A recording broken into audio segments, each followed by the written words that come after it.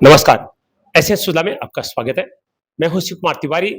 चूरू लोकसभा क्षेत्र से शानदार रोमांचकारी जीत दर्ज करने के बाद चूरू के सांसद राहुल कसवा जी आज पहली बार सुजानगढ़ पहुंचे। हालांकि वो सुजानगढ़ विधानसभा क्षेत्र में सालासर महाराज जी महाराज के दर्शन करने के लिए भी पहुंचे थे, लेकिन सुजानगढ़ विधानसभा क्षेत्र में आज उनका भव्य स्वागत हुआ। तो पेट्रोल पंप सर्किल पर पहुंचने के बाद में गाजे बाजे के साथ डीजे की धुनों पर झूमते हुए कार्यकर्ताओं ने अग्रसेन भवन तक उनका भव्य स्वागत किया। वेंकटेश्वर मंदिर में आपने दर्शन भी किए और यहाँ पर कार्यकर्ताओं का अभिवादन स्वीकार किया और सभी कार्यकर्ताओं का धन्यवाद ज्ञापित किया, क्योंकि एक अच्छी लीड सुजानगढ़ से भी आपको मिली है। तो बहुत बहुत स्वागत आपका। कितनी खुशी सुजानगढ़ में जिस तरह से आज आपका यहाँ पर, वैसे आपका स्वागत हमेशा सुजानगढ़ में होता रहा है, लेकिन कांग्रेस से जीत के बाद में आज सांसद बनने के बाद पहली बार आए हैं, जिस तरह का स्वागत हुआ। देखिए, मेरे को ये बड़ी खुशी है। चुनाव किन परिस्थितियों में अपने लड़ा। बहुत कम नेतृत्व को जिंदगी में ऐसे मौके मिलते हैं जब इतने बड़े फैसले लेने पड़ते हैं, और जिस दिन शुरुआत करी थी उस दिन कुछ भी सामने नजर नहीं आ रहा था, पर मेरे मन में विश्वास था अपने आप पे। मेरे फादर की मेहनत पे मुझे विश्वास था, क्योंकि चूरू के अंदर बहुत कम लीडरशिप ऐसी रही है जिनका बहुत लंबा सफर रहा है। हमारे आदरणीय भंवरलाल जी का रहा है, हमेशा मनोज जी के पिताश्री का, भंवरलाल जी शर्मा जी का भी रहा है। बहुत से ऐसे नेतृत्व रहे हैं जिनका एक लेगेसी रही है। उस लेगेसी के ऊपर क्वेश्चन मार्क था इस बार। क्या जनता के बीच में रहने वाले लोगों की लोगों की वैल्यू कितनी है नहीं है। कुछ लोगों ने इसको चैलेंज करने की सोची भी थी, हमने उसके खिलाफ में आवाज उठाई थी। मन में तसल्ली और आत्मविश्वास तो मेरे पास था ही कि मैं कामयाब होऊंगा, पर इस रूप में कांग्रेस के परिवार के सदस्य बने और मेरी कांग्रेस की पूरी टीम, सभी विधायकगण, सभी हमारे अध्यक्षगण, ब्लॉक अध्यक्षगण, सभी टीम ने बहुत जो मेहनत करी उसकी मैंने कभी उम्मीद नहीं करी थी। उम्मीद से परे हुआ है, और वो एक सामूहिक जीत होती, क्योंकि एक सांसद का चुनाव इतना बड़ा होता है कि टीम स्ट्रांग नहीं हो तो आप गो थ्रू नहीं हो पाते हो। और इस चुनाव के अंदर मुझे लगता है कि बहुत कुछ एक लर्निंग लेसन बहुत लोगों के लिए है। बिल्कुल एक नई टीम के साथ आपने संघर्ष किया इस बार। बिल्कुल जी, टीम वर्क रहा। मुझे अपना पे भी मेरे पास मेरी टीम से बड़ी टीम तो देखो जी कांग्रेस की टीम थी, उन्होंने साथ दिया और हमारे लोगों भी साथ आए हमारे साथ में, जिनके साथ में हमारे ताल्लुका 33 साल से हैं। वो टीम पूरी साथ लगी, दोनों मिले, एक और एक हम 11 बने और एक मजबूत कांग्रेस बन के निकालने की हम कोशिश करेंगे। एक पार्टी के परिवार का सदस्य बने हैं। हमारी भरपूर प्रयास रहेगा कि आने वाले समय के अंदर चुनाव में भी हम उतनी मेहनत करें और कांग्रेस को अच्छी एक मजबूत पोजीशन पे चूरू के अंदर लेके आए। पहले ही, हालांकि मेरे आने से पहले भी कांग्रेस के 4 विधायक हैं, हम 6 के 6 लाने की कोशिश करेंगे जिले के अंदर, और सांसद के रूप में 8 में से जो अभी हमारे पास में 5 विधायक हैं, 8 का हमारा टारगेट हमेशा रहेगा। जिला परिषद, बीडीसी चुनाव के ऊपर हमारी पूरी फोकस रहेगी, टीम को मजबूत करेंगे। जैसा भी आप कह रहे हैं कि 5 सांसद हमारे पास इस क्षेत्र में है। आज एक बयान है देवी सिंह जी भाटी का, उन्होंने जिस तरह से कहा है कि राजेंद्र सिंह राठौड़ के कारण ये सारी सीटें, भारतीय जनता पार्टी का जो खराब प्रदर्शन है उसको उन्होंने पूरी तरह से, एक भारतीय जनता पार्टी के नेता होते हुए भी उन्होंने इसके लिए राजेंद्र राठौड़ को जिम्मेदार ठहराया है। क्या कहेंगे इस पर? देखिए, वही अपने इस पूरे नॉर्थ राजस्थान का हिस्से के जो पॉलिटिशियंस हैं, जिनका एक लंबा समय, अब कह देना बड़ा आसान है कि मौका मिला, इस चीज को बनाने में आपकी जिंदगी निकल जाती है। आज भाटी साहब भी मेरे फादर के साथ के समय से विधायक रहे हैं, मंत्री रहे हैं, एक लंबी लेगेसी है। चुनाव हारे तब भी पब्लिक में रहे, तो ऐसे ये आप बड़े बड़े चेहरों को काउंट करोगे। आज कुछ लोग इनको रिप्लेस करना चाहते हैं। ये आप जब बनाते हो इसमें आपका पूरा पसीना, सब मेहनत, हर चीज लगती है। ये एक दिन में क्रिएट नहीं होती चीज। ये आज शायद मनोज जी भाई साहब का भी 2nd टर्म है, मेरा भी 3rd टर्म है। जो मेरे फादर ने पा लिया मेरे लिए बहुत टफ है। एक के गांव में जानना, उस व्यक्ति को जब आप नाम से पूछते हो तिवारी जी कैसे हो, तो तिवारी जी के पूरे हो जाते हैं कि हाँ यार, मेरा विधायक, मेरा सांसद जानता है। इस तिवारी जी को जानने का जो सफर है इतना आसान नहीं है। इसको आप सोचो कि 5 साल में पूरा कर लो, that is next to impossible. तो उन्होंने जो बयान दिया है वो बिल्कुल सही मैं मानता हूं, क्योंकि मैंने उसी के खिलाफ आवाज उठाई थी कि जनता फैसला करेगी, आपका नेतृत्व में कौन करेगा। कोई काका फैसला कैसे कर लेगा? काका के खाज होगी तो काका सोच लो कि मैं तो पूरे देश ने बदल दूंगा। ये तो काका ने रोक लियो जनता, वरना डरता है कोई का हाल में भी है। इन्होंने एमएलए चुनाव में बैंड बजाया पार्टी का और अब फिर बजा दिया। अब पार्टी को फैसला करना है, पार्टी के अंदर से अगर इतने शीर्ष नेतृत्व बातें बोल रहे हैं।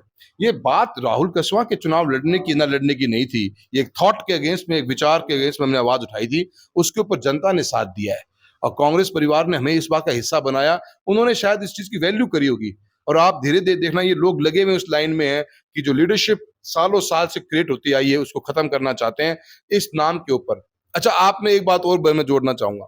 आप हमेशा ये कहते आए कि औरों को मौका किसको? जो फील्ड में काम कर रहा है उसको, या जो अपने बैठ के ऑफिस में जॉब कर रहा है? किसको मौका देना चाहते हो? क्या लाइन डेफिनेशन लिखना चाहते हो पॉलिटिक्स की?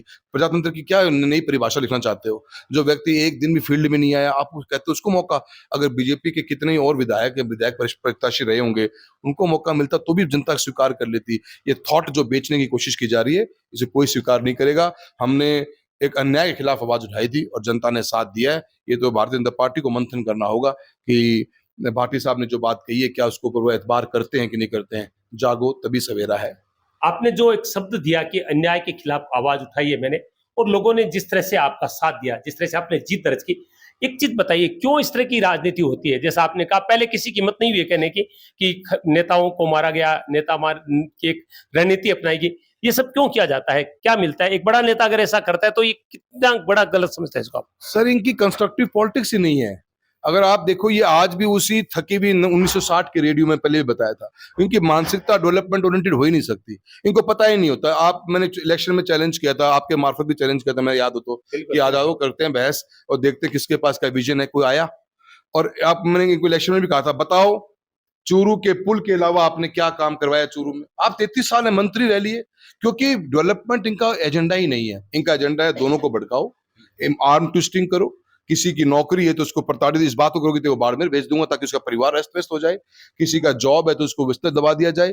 प्रशासन का मिसयूज और आज भी कर रहे हैं। मैं गलत नहीं हूं तिवारी जी, चुनाव में ही बोला। क्या बोला? दारू की दुकान करनी नहीं करनी? मैं गलत कहा हूं? मेरी बात को तो उन्होंने खुद ने बात को स्वीकार कर लिया कि हाँ, मेरा नेचर ऐसा ही है और मेरी थॉट ऑफ पॉलिटिक्स यही है। यूथ इस कंट्री का और इस जिले का इस बात को स्वीकार करने को तैयार नहीं। डेवलपमेंट थॉट में क्लैरिटी आपके बोलते पता लग जाती है कि आप किस लेवल के नेतृत्व का हिस्सेदार हो। जब हम बोलते हैं, वहीं से हमारा युवा, हमारा एक वोटर समझ जाता है। राहुल जी, एक चीज मैंने देखी, आपने पहले जो शुरुआत में राठौड़ तक अपनी आवाज को सीमित रखा, जीतने के बाद एक और बयान आपका है, वसुंधरा राजे को लेकर भी आपने कहा है। तो जो चीजें कोई नहीं बोल पा रहा था भारतीय जनता पार्टी में, वो चीजें आप बोल रहे हैं। अनदेखी रियल में आपको लग रहा है कि अनदेखी की जा रही है इन चुनाव में भी, लोकसभा चुनाव में भी? देखिए, मैंने कुछ बोला नहीं। उन्होंने प्रश्न पूछा था और मैंने प्रश्न का जवाब ये दिया था कि देखिए, मैं नहीं जानता कि क्यों नहीं लोग बोलना चाहते। क्या है, आप चुनावी तो घर ही तो बैठना है, एक दिन सबको ही बैठना है। वो तो उम्र है आपकी, काम करते जाओ, जनता विश्वास देती रहेगी। हमारे फादर और हम तो कितने चुनाव एमएलए के इलेक्शन हारे राजगढ़ में, हम तब भी लड़ते रहे, फिर एमपी बन गए। ये उस डर से नेतृत्व को अपनी आवाज, हम तो पब्लिक की वॉइस बोलते हैं। वसुंधरा जी की मैंने ये बात जरूर कही थी और मैं, क्या आप भी मानते होंगे या हर एक व्यक्ति मानता होगा, इस कमरे में पूछ लो। जो प्रोसेस था, जिस प्रोसेस से आपने सिलेक्शन किया सीएम का, वो गुड टेस्ट में नहीं था। वो पर्ची सिस्टम जो है, मतलब कि क्योंकि अगर हमारी डेमोक्रेसी में सिस्टम है कि एमएलए और एमपीज अपने सीएम और पीएम को चुनते हैं, ये क्लोज डोर एनवायरनमेंट में चीजें होती हैं। पब्लिक को खाली बताया जाता है मीडिया के थ्रू कि हमारा नेतृत्व इस बार लीडर हमारे ये XYZ होंगे। जो प्रोसेस ऑल टुगेदर था, वो ह्यूमिलेशन का था। आप किसी को ह्यूमिलेट कर रहे हो और पब्लिक क्या, मतलब कि इसका संदेश क्या था? क्या जरूरत थी लाइव दिखाने की?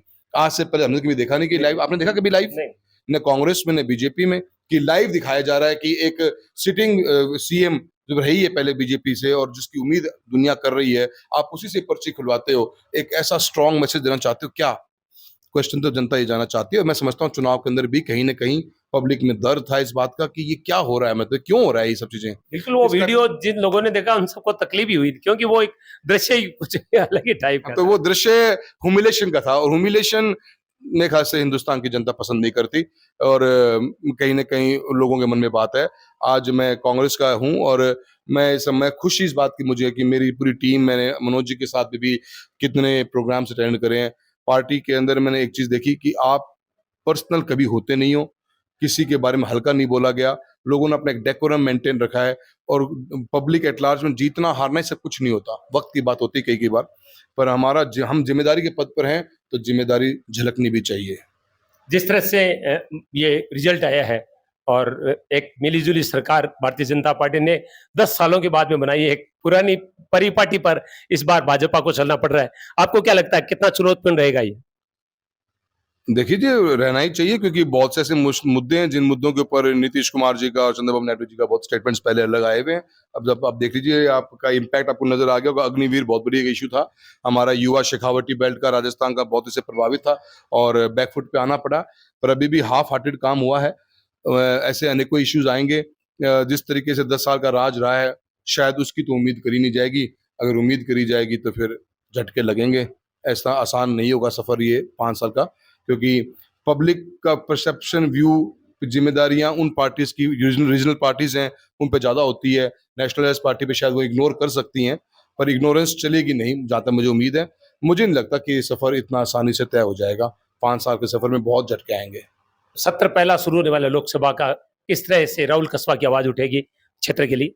देखिए बहुत से मुद्दे हैं, पहले सत्ता में रहे हैं, विपक्ष में हैं, और आपको हमारी परफॉर्मेंस अच्छी लगेगी, ये मेरा बड़ा विश्वास है। हमारे एमएलए साहब बैठे हैं, मनोज जी, इनका भी सहयोग पूरा चाहिएगा। हम, क्योंकि भारत सरकार की योजनाएं मोस्टली होती हैं कंट्री के अंदर डेवलपमेंट की, स्टेट गवर्नमेंट एग्जीक्यूटिंग बॉडी होती है, हम प्रोग्राम लेके आएंगे, एग्जीक्यूट भाई साहब के नेतृत्व में ही होना है सुजानगढ़ के अंदर, तो हम उस पर फोकस रहेंगे और बड़े बर्निंग इश्यूज और टू द पॉइंट के इश्यूज पे उठाएंगे। सबसे बड़ा हमारा इशू आज की तारीख में तो यही है कि आप डेवलप्ड नेशन की बात करते हैं, बिजली और पानी आज भी बहुत बड़ी किल्लत है चूरू के अंदर।